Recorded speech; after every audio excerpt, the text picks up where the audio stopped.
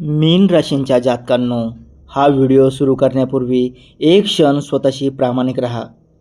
गेल्या काही महिन्यात तुम्ही मनातच किती वेळा विचारलं असेल, माझ्याच आयुष्यात एवढं जड का? हे कुणाला सांगता आलं नाही, पण मनाच्या आत कुठेतरी तुम्ही खूप थकला आहात. सतत सहन करण्याचं, सतत इतरांसाठी टिकून राहायचं आणि तरीही नशिबाकडून दुर्लक्षच व्हावं, हे मीन राशीसाठी सगळ्यात जड असतं. हा व्हिडिओ फक्त भविष्य सांगण्यासाठी नाही, हा त्यांच्यासाठी आहे ज्यांनी मूक राहून संघर्ष केला, देवावर विश्वास ठेवूनही उत्तराची वाट पाहत राहिले. 12 एप्रिलनंतर जो काळ येतोय तो साधा बदल नाही, तो नियतीचा निर्णय आहे. म्हणून हा व्हिडिओ शेवटपर्यंत पहा. क्रमांक 1. ग्रहांची गुप्त चाल. मीन राशींचे स्वामी गुरु बृहस्पती आहेत आणि 12 एप्रिलनंतर गुरुची शक्ती तुमच्या जीवनात एक असाधारण योग घेऊन येते. शनीची कर्मदृष्टी आणि चंद्राची भावनिक ऊर्जा एकत्र येऊन असा क्षण तयार होतो, जो आयुष्यात फार क्वचितच येतो. या काळात जाणवेल की गोष्टी स्वतःहून जुळू लागल्या आहेत.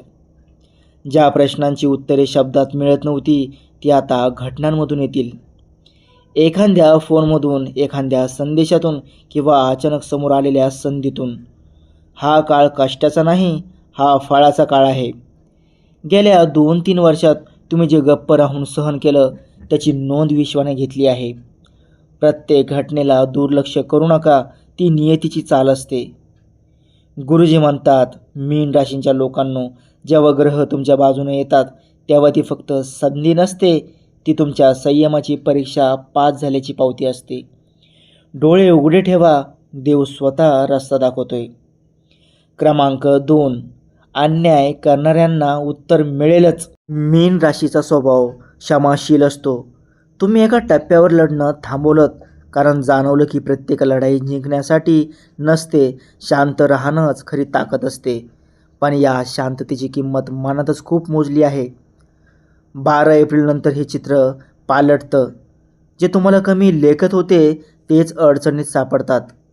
तुम्हाला कोणावर बोट दाखवायची गरज नाही, कारण काळ स्वतः तुमच्या बाजूने उभा राहतो. हे उत्तर त्या लोकांच्या बदललेल्या वागण्यातून, नजरेतून येईल आणि त्या क्षणी मनात येईल, मी गप्प राहिलो तेच खरं होतं. क्रमांक 3. आर्थिक व कार्यक्षेत्रातील मोठी खुशखबर. मीन राशीसाठी पैशाचा प्रश्न कधी फक्त पैशापुरता नव्हता, तो स्वाभिमानाशी जोडलेला होता.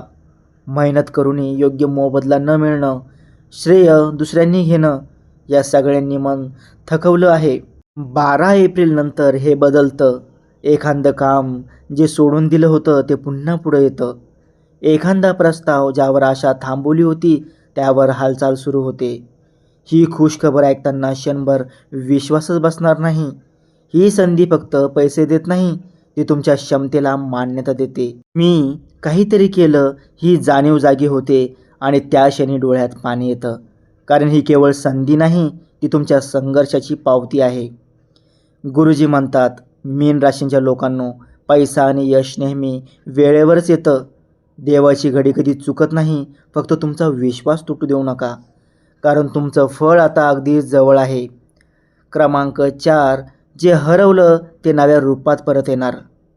मीन राशींच्या मनात एक खोल पोकळी आहे जी कुणाला दिसत नाही. ती गोष्ट गेली तेव्हा तुम्ही स्वतःलाच दोष दिलात, पण सत्य असं की ही वेळ आली नव्हती. 12 एप्रिलनंतर ती हरवलेली गोष्ट परत येईल, तशीच नाही, नव्या रूपात, नव्या आत्मसन्मानासह. एखादं नातं असेल तर अधिक स्पष्टपणे समोर येईल. एखादी संधी असेल तर यावेळी तुमच्या अटीवर मिळेल.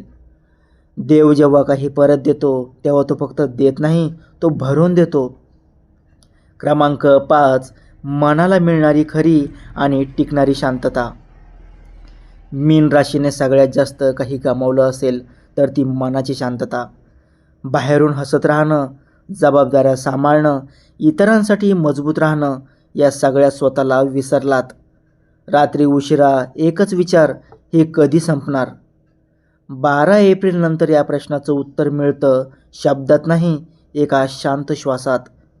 एका सकाळी मन हलकं वाटण्यात, अचानक जागवण्यात, मी ठीक आहे, ही शांतता आतून उगम पावते. मन भूतकाळात अडकत नाही, भविष्याची भीती वाटत नाही, वर्तमानात जगणं सुरू होतं. आणि जेव्हा मीन राशीचा माणूस शांत होतो तेव्हा तो आयुष्यातील सगळ्यात मजबूत अवस्थेत असतो. क्रमांक 6, देवाचा स्पष्ट इशारा. जे मिळेल त्याची किंमत ओळखा.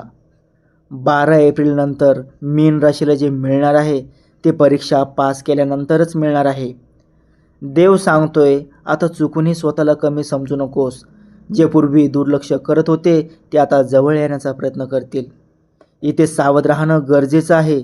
प्रत्येक हसणारा माणूस तुमच्या बाजूचा नसतो. देव सांगतो, मी तुला उंचावर नेतोय, पण जमिनीशी जोडलेलं राहा.